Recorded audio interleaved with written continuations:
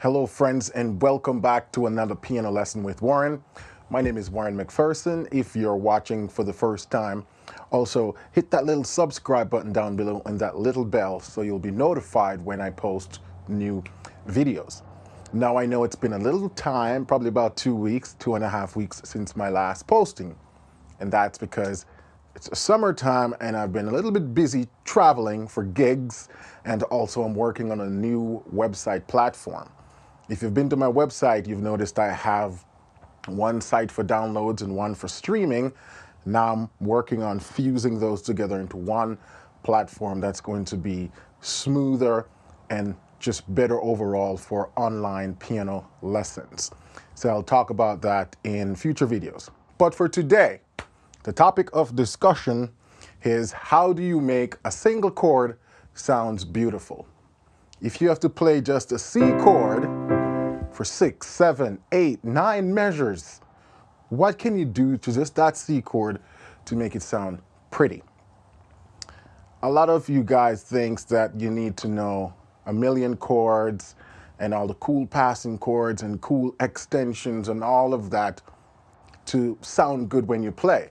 But in reality, based on my observation and based on how I also play, I only use passing chords about 20% of the time, sometimes even less, depending on the type of music I'm playing. So, if passing chords and extensions is not the secret to sounding good, what do we do for the 80% of the time that we're playing? And that's what we're talking about today. And that has to do with what I call the pentatonic scale, or what is known as the pentatonic scale. I didn't come up with the term.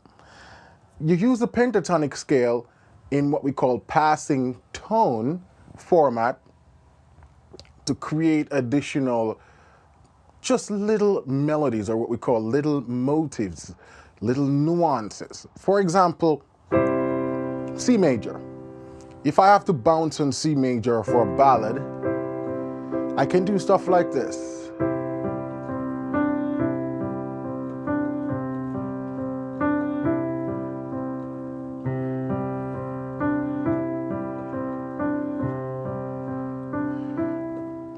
Still C chord, and all I'm doing is just passing from the D to the E, from the D back to the C. And I'm just playing this nice broken pattern in the left hand. And that's it. I could do that.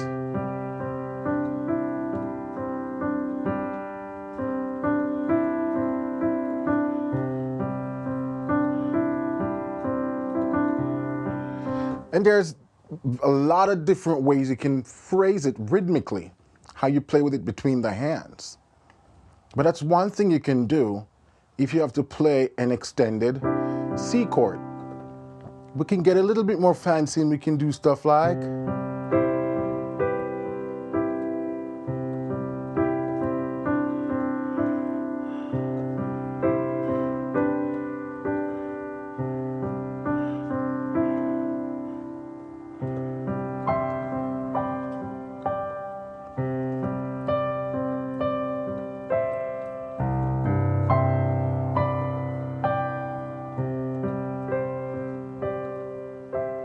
and all I'm doing is picking out notes from the pentatonic scale. What is the pentatonic scale if you're not familiar with that? It's a 5-note scale, and it's comprised of the 1st degree, 2nd degree, 3rd degree, 5th degree, and the 6th degree of every major scale. So if you go to any major scale and you pick out the 1, 2, 3, 5, and 6, those are the pentatonic scale. Those notes form the pentatonic scale. And whatever chord you're on, you can play around with those notes. There are no wrong or right notes, or I should say, they're all right notes. There's no wrong notes when you play the pentatonic scale. And check this. I can play them in any order.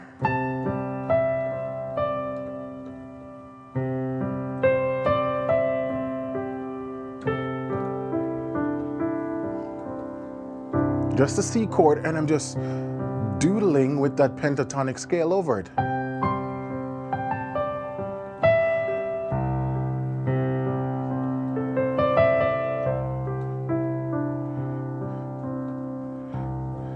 Now, some of the other things that I'm doing to make it sound good is phrasing, how I decide how loud to play certain notes and how quiet to play certain notes. I can do little crescendos, little diminuendos there. Once you're playing this sort of more ballad style, you can just play around with that pentatonic scale.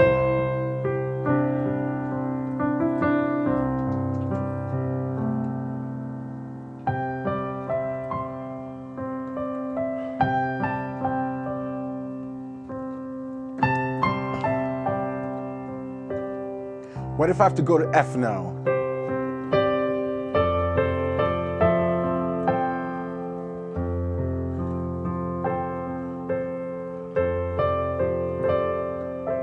I'm still using the C pentatonic scale over the F chord.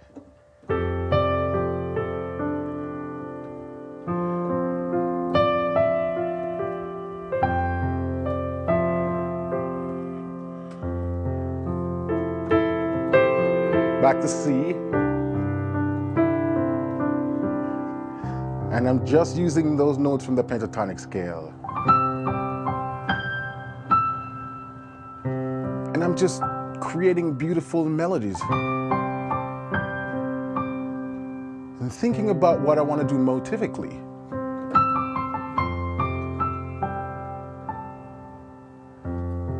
This is all improvised.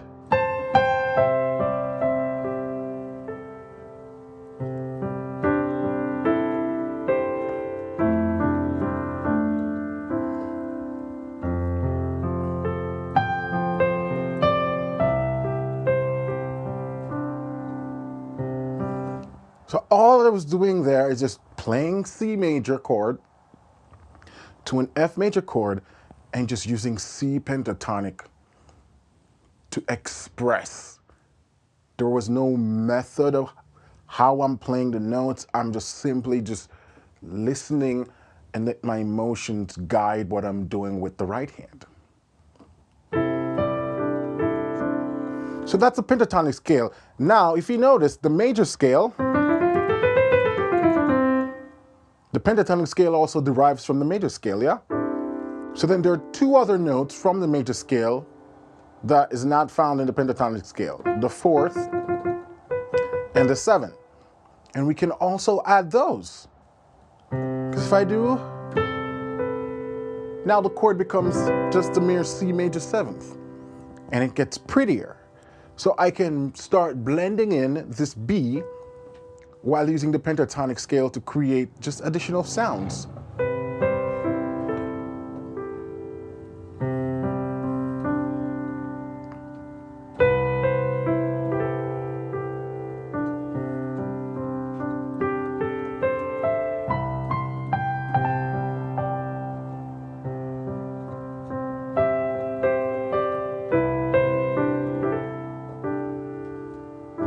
Same C chord.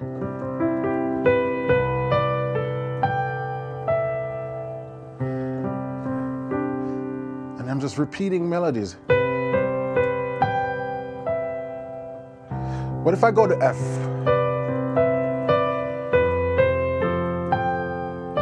I can still do the same thing. Even though a B doesn't belong to the F major chord, I'm using it still because I can resolve it to a chord tone. Or,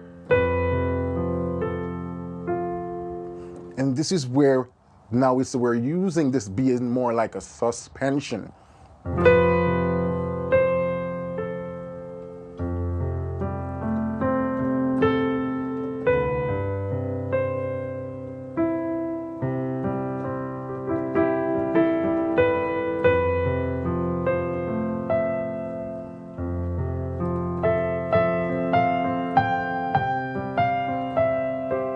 So even when I get to the C, I can pass the F.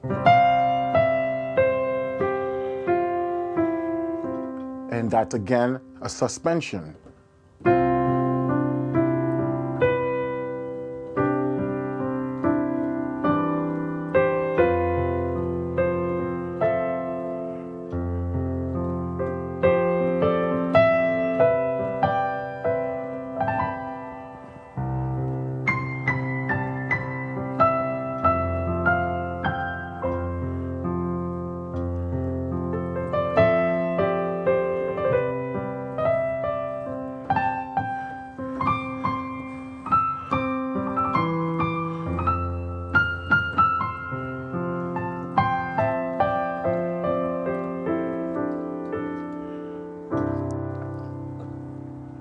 And that's how you can make one chord or two sounds beautiful. I haven't done any passing chords.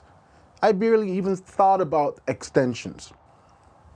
Just utilizing that pentatonic scale and the major scale, and there you go. So sometimes you have to keep it simple. Now, what if you're doing something more up-tempo, like a blues or praise and worship? Let's jump to the key of F. And there's a popular gospel song sung in a lot of churches. It goes, "What a mighty God we serve. What a mighty God we serve." So you see how long I had to hang on to that F chord? So in cases like that where the song is more up-tempo, what can you do?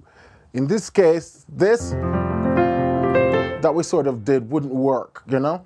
What a mighty God we... It doesn't work. We have to play more blocked chords, keep things more rigid, or I should say more, what's the word? More staccato or more detached. Those are the words I'm looking for. So in this case, whenever I have songs like that I have to play, I tend to do what I call bouncing it with the 4. So this is F. The 4 in F is B flat. But I keep the left hand on the root, or root and 5th, and I just have the right hand in a first inversion chord, and I'm just going to the 4 and back to the 1. And then you can have something like,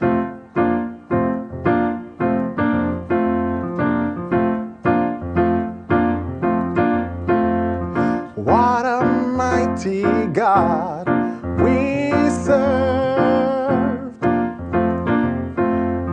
What a mighty God we serve. Angels bow before him. And you see instantly the song starts to sound, it has its own groove.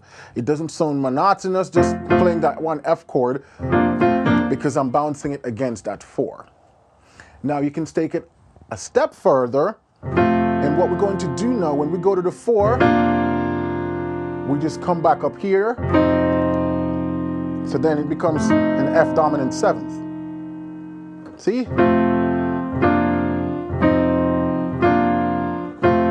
Very popular in boogie woogie and blues.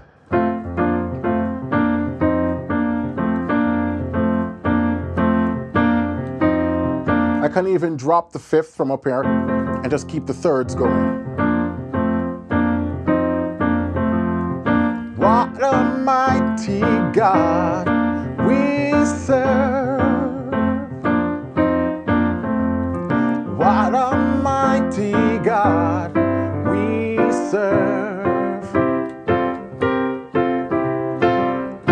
So even when I get to the 5 chord, I can do the same sort of riff pattern.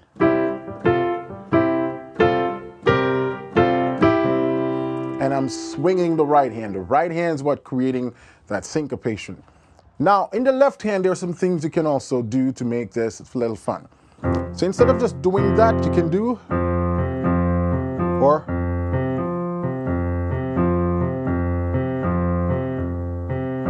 so when I'm doing,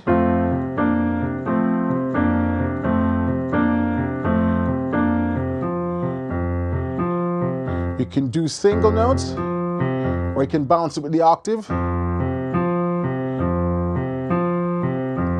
You can practice these variations.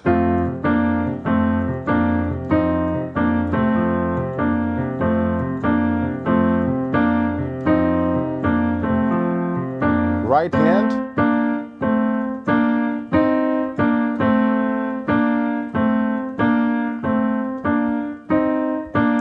When we put them together, if you have to go even faster,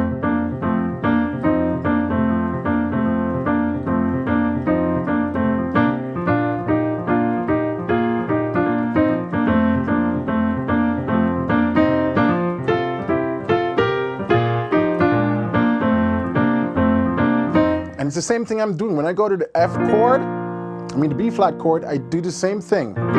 Bounce that with the 4. Technically this wouldn't be the 4 because now we're still in the key of F.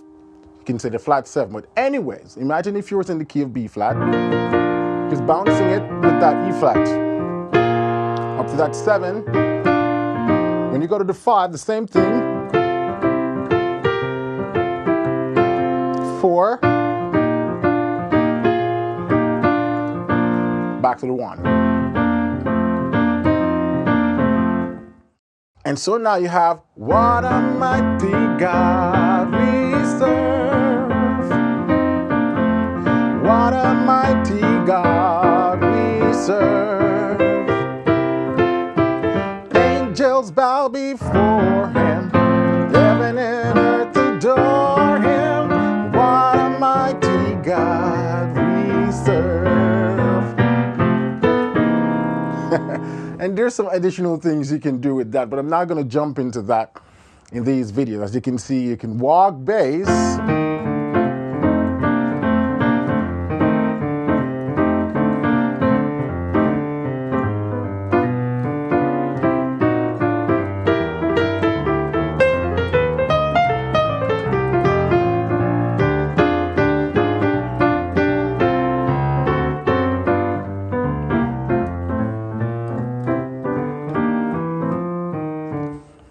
But those are some of the things you can do with when you're playing on a single chord, how you can make it interesting. So, as always, go and experiment with these concepts. The rhythm's gonna change based on the tempo of the song, the style of the song, but the concept stays the same. The concept will work if you apply it the way I just demonstrated.